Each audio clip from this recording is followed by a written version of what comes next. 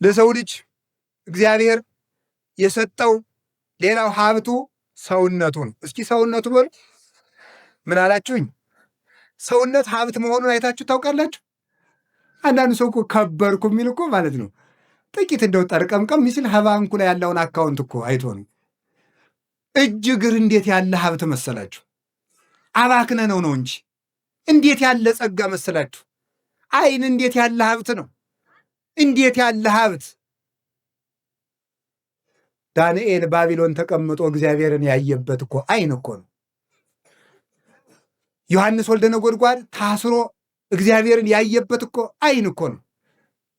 ኢሳይያስ በአይሁድ መካከል ሆኖ ሱራፌልን የተመለከተበት እኮ አይን እኮ ነው። ስምዖን አረጋዊ ክርስቶስን ያየበት እኮ አይን ነው። ይሄንን አይን ምን ላይ አፍጥታችሁበት እንደምትውሉ እግዚአብሔር ይቁጠረው። ገንዘባችሁን በከንቱ አታባክኑ በሉ እንጂ እግዚአብሔርን ለማየት የተፈጠረውን አይን ረባካችሁ በፌስቡክ አታጥፉት። በማይረባ ነገር ገንዘባችሁን በከንቱ ነው ያለ።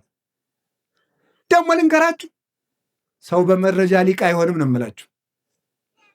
ሰይጣን ምን ያደርጋል መስላችሁ? ኢንተርኔት፣ ፌስቡክ፣ ዩቲዩብ ውስጥ ያስገባና እስቲ መረጃ ለአንዳንድ ነገር ጥሩ ነው ስትጎረጉር አንተ ዩቲዩብ ስትጎረጉር ዩቲዩብ ህሊናህን ሲጎረጉር ዋሻህን ትቀራለህ። ባዶ ቀፎህን ማለት ደብዝዞ ሰው እኮ ማሰብ እኮ አቅቶታል። ሰው እብድ እኮ ነው። ተነግሮ እንኳን ማስተዋል አይችልም።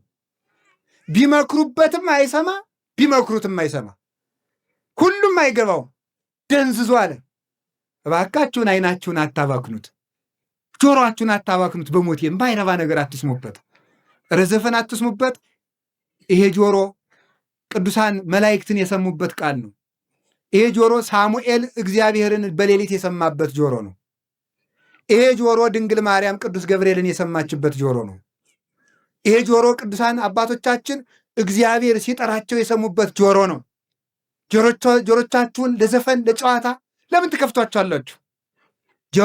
ጆሮ ክቡር ነው።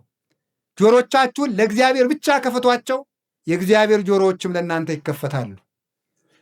የእኛ ጆሮ ለእግዚአብሔር ከተዘጋ የእግዚአብሔር ጆሮ ለእኛ ዝግ ነው። ስለማይሰማ ሳይሆን የሚሰማ ነገር ስለሌለን ማለት ነው። ያጸምም ከመዘይ ይሰም ይጎነድ ከመዘይ ይሁብ ይላሉ ሰለስቱ ምዕት በቅዳሴ። እንደማይሰማ ዝም ይላል፣ እንደማይሰጥ ይዘገያል። ዝም የሚለው ስለምንድን ነው? የማይሰማ ነገር ሲኖር ዝም ይላል እግዚአብሔር። የሚሰሙትን ይሰማቸዋል፣ የማይሰሙትን አይሰማም። ስለዚህ ጆሮአችሁን አታባክኑ። ዘፈን ይፈቀዳል አይፈቀድም? አሁን እዚህ ክርክር ውስጥ እንውጣ። ይፈቀዳል አይፈቀድም ሳይሆን ጉዳዩ ጆሮአችንን ያበክናል ነው። ኃጢአቱን እንተው ዝም ብላችሁ። ኃጢአት ነው ዘፈን። እንዲያው ከዚያ በታች ግን ጆሮአችን እንዴት ነው በዘፈን? እኔ እኮ አሁን እስቲ ሌላውን ተውት እሺ። ያላገባው የሴቱ ውበቱና አሁን ያገባችሁ ሰዎች ለሆነ ሰው እየተዘፈን እንዲያው የምትሰሙ ለሆነች ሴት ምን አርግ ብላችሁ ነው? እንዲያው ይገርመኛል እኮ እኔ እኮ አይገርም። አንድ ጊዜ የዘፈናችሁላትን ሰው አግኝታችኋል። ምን ባሉኝ ነው እንደው የምትዘሉት ማለት ነው?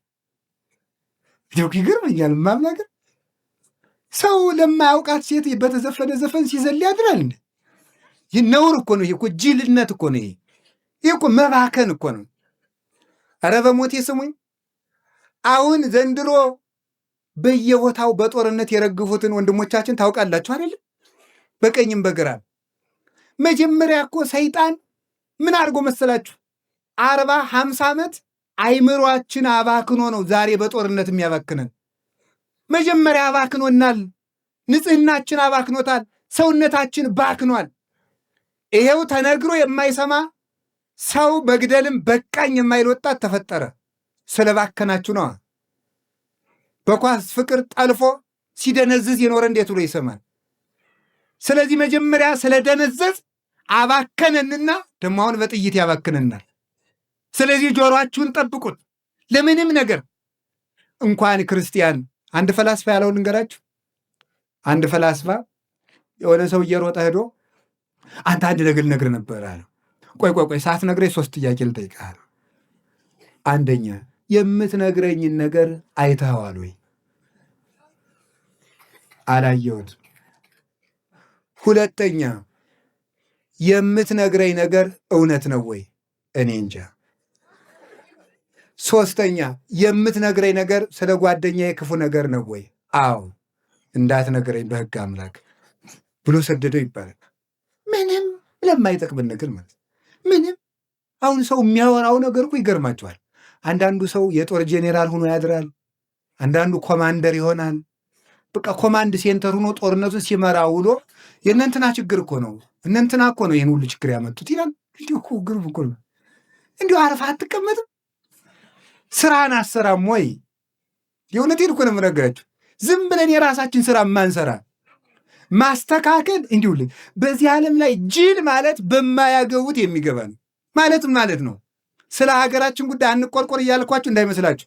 እንደ ጭልፊት አጥንት ይዛችሁ እንዳትሮጡ፣ ሞጭላፊ አትሁኑ። እኔ ያልኩት ምን ማለቴ ነው? አንድ ሰው ምን ማድረግ ይችላል? በሀገርም ሆነ በጎረቤት ወይም በራሱ ችግር ሲፈጠር እነገሌ ለምን እንዲህ አደረጉ ሳይሆን የሚለው ምን ማለት ነው? አሁን እኔ ምን ማድረግ እችላለሁ? እስኪ በሉ ሁላችሁ በሉ እንጂ ሁላችሁም። አሁን እኔ እሺ ምን ማድረግ እችላለሁ? ምንም ነገር ሲፈጠር ሁልጊዜ የራሳችሁን ድርሻ ነው መስራት። የሰዎቹ ጉዳይ በመፍጠልጠል አሁን ብድግብነ ፓትርያርኩ ምን እያደረጉ ነው በዚህ ሰዓት? እንዴት ሊቀ ጳጳሱ ዝም ይላሉ? እንዴት አንተ ዝም አልክ? መፈጠር ያለበት ራሳችን ምን እያደረግን ነው? ሀገረ ስብከት ምንድን ነው ያደረገው? የሆኑ ማህበራት ምንድን ነው የሚሰሩት? እዚያ ተጎልተው ሚል ሰዋል። አንተ ምን እያደረግክ ነው? ሰው መስራት ያለበት የራሳችን ስራ እንድንሰራ አምላከ ቅዱሳን ይርዳን። ስለዚህ ያባከነው ጆሮአን ያባከነው እጅን በዚህ እጅ አባቶቻችን የሐዋርያው የቅዱስ ቶማስ እጅ ከተቆረጠች በኋላ ምን አድርጋ ነበረ? እሱ ሞቶ ከተቀበረ ሰማዕትነት ከተቀበለ በኋላ በዓመት እየተገለጠች ታቆርብ ነበር።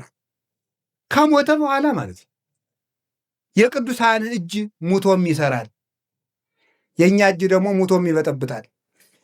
ብዙ ሰዎች እኮ ሙተው በቁማቸው የገመዱት ገመድ ነው ዛሬም እየጠለፈ የሚጥል። ሙተውም እጃቸው ረጅም የሆኑ ሰዎች አሉ። ቅዱሳን ደግሞ ሙተውም እጃቸው ሕይወት ይሰጣል። ቅዱስ ሉቃስ ወንጌልን እየጻፈ ሲያስቸግር ንጉሱ የዚህን ሰው እጅ ካልቆረጥኩ አላልፍም ብሎ ቆረጠው። እመቤታችን የብርሃን እጅ ቀጠለችለት። የእኛ እጅ በምን እንደሚቆረጥ ተመልከቱት። ቅዱስ ዮሐንስ ዘደማስቆ ስዕል እየሳለ የቅዱሳንን ስዕል እየሳለ ቢያስቸግር ንጉሱ እጁን ቆረጠው። የቀኝ እጁን ቆራጣ በግራ እጁ ይዞ ሄደና ከእመቤታችን ስዕል ያንቺን ስዕል በሳልኩ እጄ ሲቆረጥ ዝምታ ያለሽ አላት። እመቤታችንም ቀጠለችለት። አሁን የእኛ እጅ ምንድን ነው ሲሰራ የሚውለው?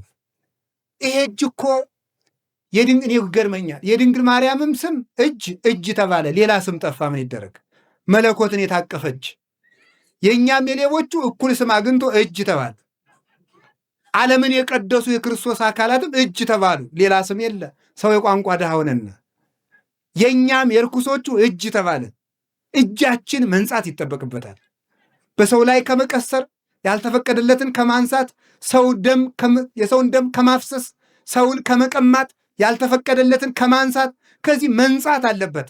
ከንፍገት መንጻት አለበት። ከስንፍና መንጻት አለበት። የአቡነ ሳሙኤል ዘዋልድባ እጅ ዋልድባን መሬቲቱን እንደ መሶብ ብድግ አድርገው ለሥላሴ ያስባርከዋል። መሬትን ብድግ አድርገው እንደ መሶብ የሚያስባርኩ እጆች ነበሩ። የሙሴ እጆች ተዘርግተው ሲቆሙ የእስራኤል ጠላት በሙሉ እንደ ቅጠል ይረግፉ ነበረ። የሙሴ እጅ ብቻቸውን ሲዘረጉ የኢየሱስ ክርስቶስን እጅ ስለሚወክሉ ሙሴና አሮን ሙሴ እጁን ሲዘረጋ እስራኤል ያሸንፋሉ፣ ሲያጥፈው ይሸነፋሉ። ከዚያ በኋላ ምንድን ነው የተደረገ? አሮንና ሆር የሙሴን እጅ ተሸክመው ዋሉ። ሲደክማቸው ድንጋይ ኮልኩለው አስደገፉ የሙሴን እጅ። ክንደ ብርቱ ነው ሙሴ። ያ የሙሴ እጅ የተሸከመ ድንጋይ ቅዱስ መስቀል ነው ይላል። የሙሴ እጅ የክርስቶስ እጅ ነው። ሙሴ እጁን ሲዘረጋ እስራኤል እንዳሸነፉ ክርስቶስ እጆቹን በመስቀል ላይ በመዝገር ዘርጋቱ እኛ አጋንንትን ድል ነሳን። እነዚህ እጆች ናቸው ያዳኑን። የክርስቶስ ኦ አይዳ ውለላሃኳሁ ለአዳም ተቀነዋ በቅነዋተ መስቀል አዳምን ያበጃጁ እጆች በችንካር ተቸነከሩ። ወዮ! እሱ እጆቹን ሲቸነከር የእኛን ጠላት ዲያብሎስን በሳት ዛንጀር ቸነከረልን። እሱ እጆቹ ላይ ሲቸነከር የእኛን ስም በሕይወት መጽሐፍ ጻፈ፣ በደሙ አተበን። እጅ ይህንን ይመስላል። እጅ ክርስቶስን የሚመስል ነው። ኧረ እጅ እንደ ዋዛ ረከሰ። እጆቻችንን ከማርከስ ይሰውራል። ይህ በእጆቻችሁ ላይ ያረጋችሁት ድሪቶ ነገር መወገድ አለበት። እገሌ ያላችሁ እጃችንን እናንሳ። እጃችን ይንጻ፣ ለጸሎት ይነሳ፣ ይቀጣም። በሰፊያድ አንድ ነገር ንገራችሁ። ቢያንስ በቀን ለአንድ ሰዓት ያክል ያን ባይሆን ለ25 ደቂቃ እጅ መቀጣት አለበት። በምን? በሰፊህ እጅ ብታሰናክል ካንተ ቆርጠህ ጣል ማለት እጅህን በመዘርጋት ቅጣው ማለት ነው። ዘርግተህ ጸልይ። አይን ባክኗል፣ እጅ ባክኗል። እግር እኮ የምን ምሳሌ እንደሆነ ብነግራችሁ በጣም ትደነቃላችሁ። እግር የካህናት ምሳሌ ነው። እግር የስልጣነ መለኮት ምሳሌ ነው። የክርስቶስ ስልጣኑ እግር ይባላል። ጠላቶችን በእግር እስከምትገዛ ድረስ ይባላል። ስልጣን ማለት ነው። መዝሙር 109 ላይ ንበር በየማኔ እስካገባውም ለጸላእትከ ታሕተ መክየደ እገሪከ። ስለዚህ የተባለ የክርስቶስ ጠላቶችን በእግር ትገዛለህ፣ እስከምትገዛ ደርሰህ። የክርስቶስ ጠላቶች መናፍቃን አጋንንት ናቸው፣ አይሁድ ናቸው። በእግሩ ማለት በስልጣኑ ነው። እግር የመለኮትን ስልጣን ነው የሚወክለው። እግር የሐዋርያትን ስልጣን ነው የሚወክለው። እግር ቀሳውስትን ነው የሚወክለው። እግር ዲያቆናትን ነው የሚወክለው። ራእየ ዮሐንስ ምዕራፍ 1 ቁጥር 17 ላይ ሲናገር የክርስቶስን እግሮች እንዲህ ብሎ ይገልጣቸዋል። ወእገሪሁ ከመ ብርተ ሊባኖስ ዘአርሰንዎ በእሳት።